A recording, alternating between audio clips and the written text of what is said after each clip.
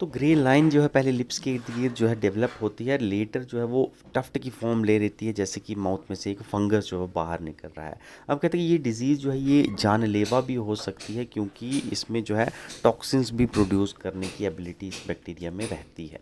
तो एक तो टॉक्सिन रिलीज़ करता है बैक्टीरिया, दूसरा इस बीमारी में फिशेस को खाने का भी मन नहीं करता, तो इसकी वजह से ये डिजीज़ जो है वो फैटल बन जाती है। तो ट्रीटमेंट जो है इसका जल्दी से जल्दी करना वो ज़रूरी होता है। क्या है इसका ट्रीटमेंट?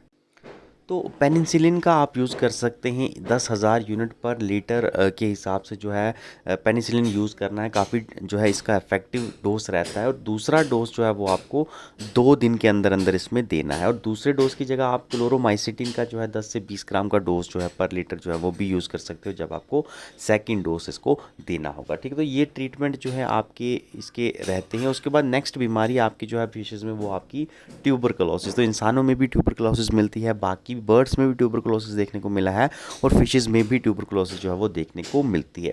ट्यूबरकुलोसिस इसमें कौन सा बैक्टीरिया खात करता है? तो माइकोबैक्टीरियम पिसिकम। ठीक है, तो माइकोबैक्टीरियम पिसिकम नाम का बैक्टीरिया जो है वो फिशेज़ में ट्यूबरकुलोसिस करता है। और फिश जो कि ट्यूबरकुलोसिस जिसको होती है, उसका कहते हैं कि अगर आप बैली देखोगे, उसका पेट देखोगे, तो खाली खाली सा पेट रहता है, पेल येलो स्किन अल्सर्स जो है उसके ऊपर बनने शुरू हो जाते हैं। फिन्स जो होती हैं वो फ्रेड होती हैं, कलरलेस होनी शुरू हो जाती हैं, और लॉस ऑफ एपिटाइट, भूख नहीं लगती इनको। उसके बाद येलोइश एंड डार्केस्ट निड्यूल्स जो हैं वो बॉडी में इनके अपीयर होने शुरू हो जाते हैं, बॉडी में या आइस के इर्द गिर्द जो है वो अपीयर होना शुरू हो जाते हैं। और मेन कॉज जो है इसका वो ओवर क्राउडिंग रहती है। ठीक है, अगर फिशेस काफ़ी ज़्यादा एक एरिया में आपने डाली हुई हैं, तो उस ओवर क्राउडिंग की वजह से ट्यूबरकुलोसिस की बीमारी फैलने का कारण रहता है। तो ट्रीटमेंट की अगर बात करोगे, तो कोई इफ़ेक्टिव ट्रीटमेंट अभी तक इस डिज़ीज़ का देखने को नहीं मिला है, लेकिन बेस्ट थिंग जो है वो है कि जो फ़िश इन्फेक्ट हो ट्यूबरकुलोसिस, आप उसको मारकर अलग कर दो, यही इसका सोल्यूशन है या उसको अलग रखती है। If unkept condition are overcrowding is suspected cause, अगर ओवर क्राउडिंग की वजह से जो है ये चीज़ हो रही है, तो उस कारण को देखना भी ज़रूरी है, यानी ओवर क्राउडिंग जो है वो उसे कम करना फिर ठीक है। ठीक है, उसके बाद नेक्स्ट डिजीज़ जो है वो आपकी आती है ड्रॉपसी डिजीज़। ठीक है, ड्रॉपसी डिजीज़ में क्या सिम्टम क्या रहते हैं? तो ब्लॉटिंग होती है बॉडी की, स्केल्स जो है वो प्रोट्रूडिंग होते हैं, एंड ड्रॉपसी जो है वो बैक्टीरियल इन्फेक्शन से होती है। उस बैक्टीरिया का नाम जो है वो है एक्रोमोनास। ठीक है, तो किडनी पर ये अफेक्ट करती है, जिसकी वजह से कहता है कि फ्लूइड एक्यूमुलेशन या रीनल फेलियर भी हो सकता है। और कहता है कि फ्लूइड जो है बॉडी में वो बनना शुरू हो जाता है, और फिश को फैला सा देता है। ठीक है, ब्लॉट कर देता है, एंड स्केल्स जो होते हैं वो बाहर आने शुरू हो जाते हैं। ठीक है, और ट्रीटमेंट इसकी क्या है? तो इफेक्टिव ट्रीटमेंट इसका यही है कि एंटीबायोटिक्स को खाने के साथ डालकर फिशेस को दिए जाएं। फ्लेक फूड के साथ कहता है कि 1% एंटीबायोटिक जो है मिक्स कर सकते हैं, और एंटीबायोटिक्स जो है लगभग 200 mg कैप्सूल का अगर आप 25 ग्राम फ्लेक फूड में डालोगे, तो वो दर्जनों फिशेस जो है उनको ट्रीट कर सकता है। और एंटीबायोटिक अच्छा कौन सा है? तो क्लोरोमाइसिटिन का इस्तेमाल कर सकते हैं, या फिर टेट्रासाइक्लिन का इस्तेमाल भी कर सकते हैं। ठीक है, उसके बाद नेक्स्ट जो है स्केल प्रोट्रूजन। ठीक है, ड्रॉपसी में भी ये सिम्टम आपको देखने को मिलता है, लेकिन ड्रॉपसी में आपको स्केल प्रोट्रूजन के साथ ब्लॉटिंग भी देखने को मिलती है। तो जब सिर्फ ब्लॉटिंग ना हो, सिर्फ स्केल प्रोट्रूजन हो रहे हों, तो इसका मतलब वो ड्रॉपसी डिजीज़ नहीं है, वो स्केल प्रोट्रूजन डिजीज़ है। ठीक है, सिम्टम में कहता है कि स्केल प्रोट्रूडिंग होते हैं विदाउट बॉडी ब्लड, और कहता है कि बैक्टीरियल इन्फेक्शन जो है स्केल की या बॉडी की, वो उसकी वजह से स्केल्स जो हैं वो प्रोट्रूड होने निकलना शुरू हो जाते हैं। और इफेक्टिव ट्रीटमेंट जो है वो यही है कि एंटीबायोटिक आप फूड में डालकर इनको खिलाएं। फ्लेक फूड के साथ कहता है कि 1% एंटीबायोटिक जो है यूज़ कर सकते हैं। कौन कौन से? तो क्लोरोमाइसिटिन एंड टेट्रासाइक्लिन। हर एक बीमारी में मोस्टली जो है ये दोनों ही एंटीबायोटिक इफेक्टिव है। ठीक है, उसके बाद नेक्स्ट बीमारी tail rot and fin rot है। इसमें कहता है कि disintegrating fins that may be reduce to stump.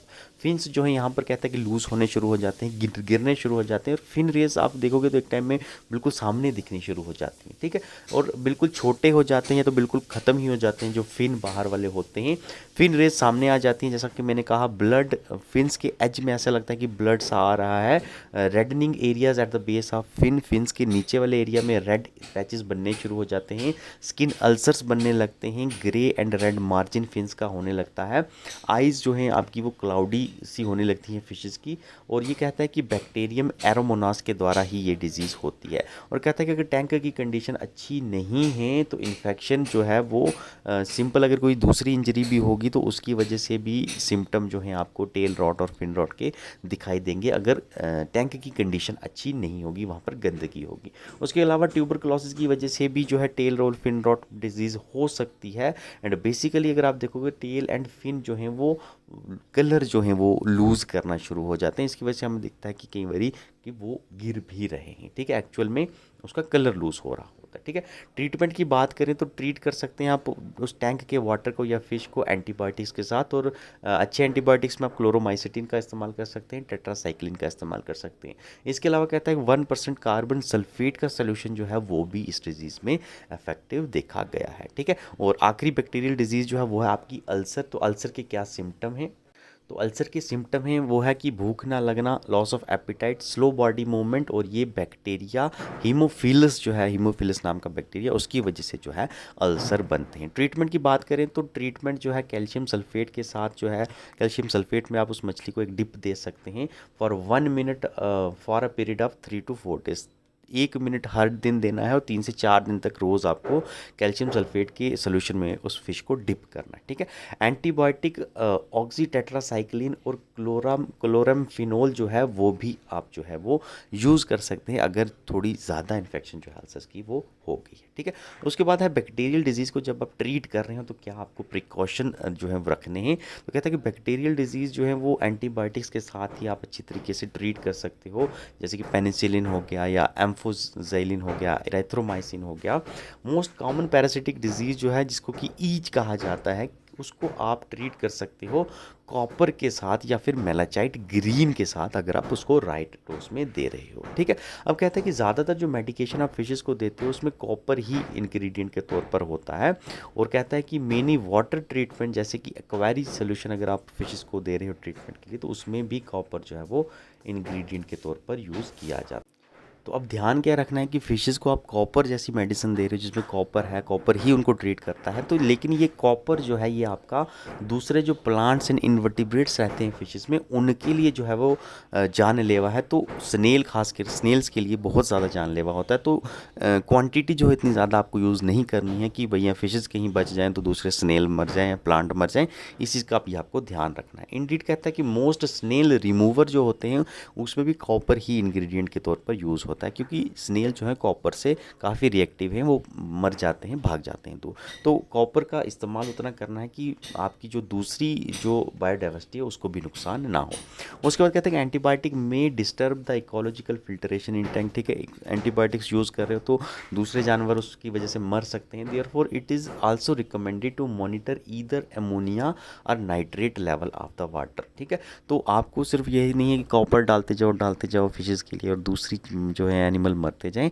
Copper डालते रहिए, ठीक है, अच्छी बात है, लेकिन उसके साथ आपको अमोनियम और नाइट्रेट लेवल जो है वाटर का उसको भी मॉनिटर करना है। और अगर अमोनिया का क्वांटिटी ज़्यादा हो गई है तो आपको अमोनिया रिमूवर भी यूज़ करना चाहिए, जैसे कि एम क्विल है, ठीक है। अमोनिया रिमूवर अगर आप यूज़ कर रहे हो तो इसके आपको क्या होगा कि अगर अमोनिया का लेवल कहीं बढ़ गया है, डिज़ायर लिमिट से ज़्यादा हो गया है, तो वो अमोनिया को रिमूव कर सके, क्योंकि अमोनियम और नाइट्रेट का लेवल अगर बराबर होगा तो कॉपर का लेवल अगर ज़्यादा भी होता है तो कहीं ना कहीं उसको न्यूट्रलाइज कर देता है, ठीक है। तो इन चीज़ों का आपको ध्यान रखना है जब भी बैक्टीरियल डिजीज़ जो है फिशेस की ट्रीट कर रहे हो, तो प्रॉपर डोज रहना चाहिए, ज़्यादा एक्स्ट्रा डोज भी नहीं डालना है, ताकि फिशेस को अगर फ़ायदा हो रहा है तो दूसरे एनिमल्स को नुकसान ना हो, दूसरे प्लांट्स को नुकसान ना हो, इस चीज़ का भी हमें ध्यान रखना है। और अमोनियम लेवल जो है उसको भी हमने जो है वो मेंटेन करना है, ठीक है। तो आज की वीडियो में इतना ही है। इसके अलावा जो है नेक्स्ट वीडियो में हम फंगल डिजीज़ और दूसरी डिजीज़ के ऊपर बात करेंगे। Thank you, have nice day.